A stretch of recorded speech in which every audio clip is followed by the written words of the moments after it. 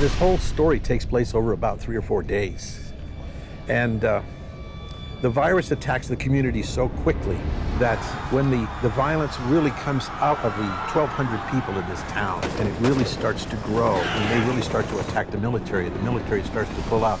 In their craziness, in their insanity, they start to tear their own town apart. The reality is that the core of this movie, the inception of the movie, is one that is based in a reality that can happen. It's even more scary if something like this were to happen because it's people you know, as opposed to someone you don't know and a mindless slashing killer. It could be your wife, it could be your husband, it could be your best friend, it could be your mother, your father, your kid, anybody who happens to have consumed the water at the wrong time can get this disease and slowly becomes mad. We met with Rob Hall and just started R&Ding and figuring out what this design was going to be way early in the process. And we did a bunch of mock-ups, and in the early mock-ups we played with ideas of creating sores and open sores around the mouth and the mucous membrane, the eyes and the nose.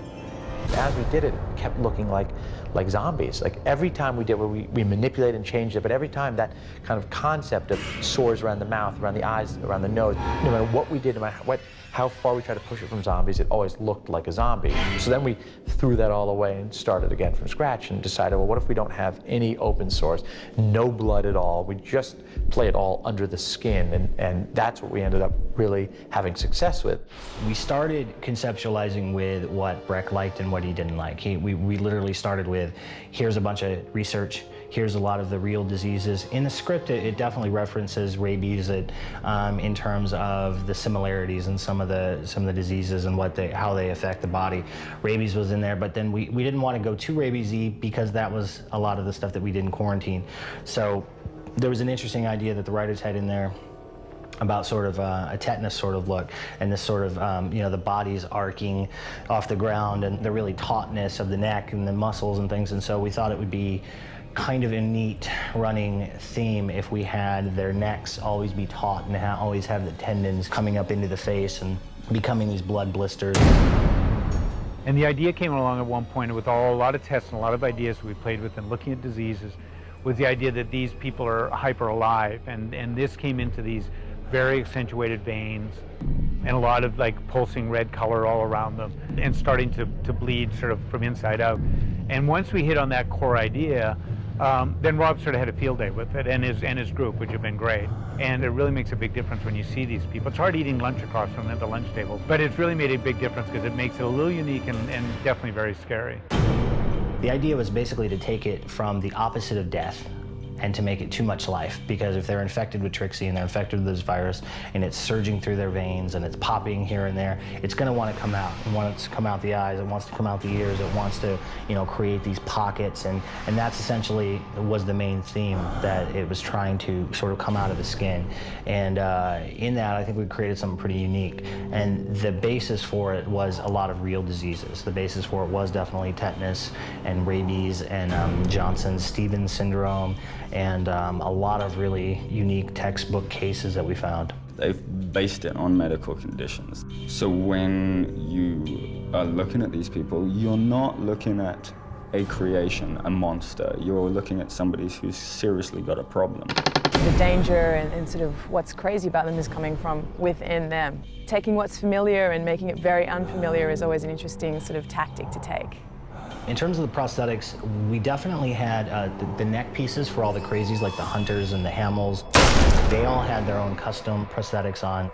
We took live casts of them and sculpted out the individual neck pieces that had all the taut muscles, and they were made custom for them, and they were made out of silicone. So we put those on every day and blend off the edges and paint them and airbrush them. What we also did, though, because of the nature of the movie and because of how the infection spreads so fast, you're talking about a disease that actually starts and then within 48 hours someone's dead. So there's a very rapid succession. We could play it in a way that there's no makeup at all, and what somebody gets sick and starts decaying, goes crazy, and it's just like looking at you or me or anybody else, and they just happen to act differently.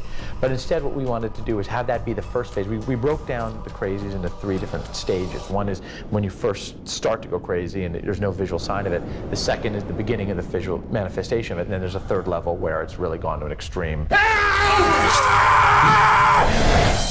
try to create the illusion of what is a sickness and really put some reality in adding swollen veins, blood into the epidermal area of the skin, and contact lenses for when the eyes start to go a little. The idea is stay real. You know, could this really happen?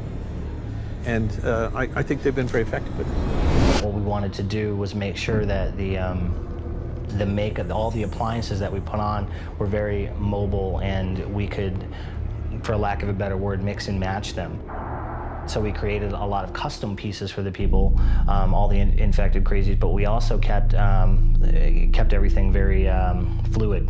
So we would have, like, you know, hundreds and hundreds of tiny little pieces that we make out of this transferred on the tattoo paper. It's adhesive, so it's these little sculpted adhesive pieces. And what was helpful about that was, you know, Breck could look at a makeup and say, oh, you know, we're a little bit further along than we were last time. Can we add another cool vein here? And then within 5 minutes, you can add it. You just put it on a little water, pull it off, a little bit of paint, and you're done.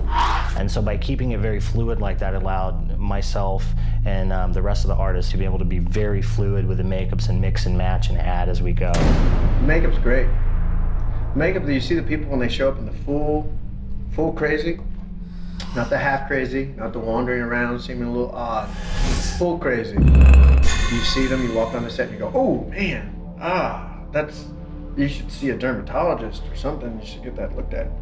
They look nasty. And yet they did a nice job of kind of getting that feel and that reaction of something sort of horrific and hideous, but you still feel a connection. You don't lose the actor, you don't lose the person.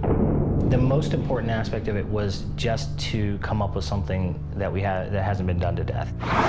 It was a strange balance because they had to be realistic. If we were to pitch something to Breck about, you know, what about one side of his face should look like this, Breck would immediately want to know where we found that and what disease it was from and how could it be implemented into our version of reality, into Trixie. And, you know, it's a smart way to go. You know, you can't just say, I want one side of the face to look like this because it'll be cool. We literally had to say, you know, this is where it comes from, and it kind of works with the airborne quality. So as long as we had sort of that medical backup to point out where it came from, we had a lot of carte blanche in that respect. But the most important thing was to make sure it felt real, felt like someone could get that and that you might get it too. And it also was very important to not make them feel like zombies. And again, I hate to overuse iconography, but it definitely was important that these things be unique to the film. I mean, that was very important to Breck. That was his biggest mandate. This idea that the threat of a global pandemic is up there definitely with, you know, nuclear war as far as what could threaten society at this point in history.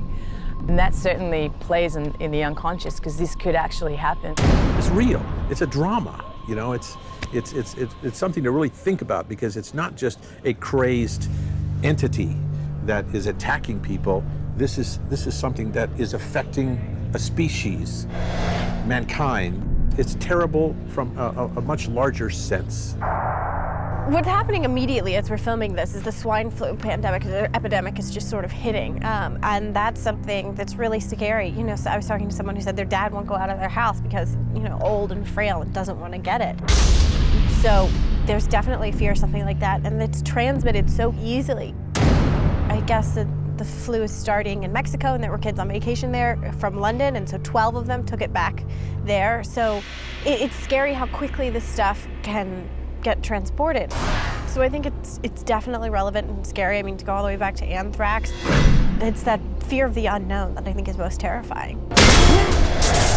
In researching this movie and developing the movie, it became clear that this is something that, although maybe we're taking it to an extreme farther than would ever really happen, or hopefully, it is a situation that could really exist and is an accident that could happen in this world. There's a plethora of ridiculously nonsensical medical things that could happen to you or me tomorrow that are hideous and disgusting. And so if you take those and you create an amalgam of interesting things that work within the context of what the story's about, you have a very good chance of coming up with something unique. And I feel like we did that.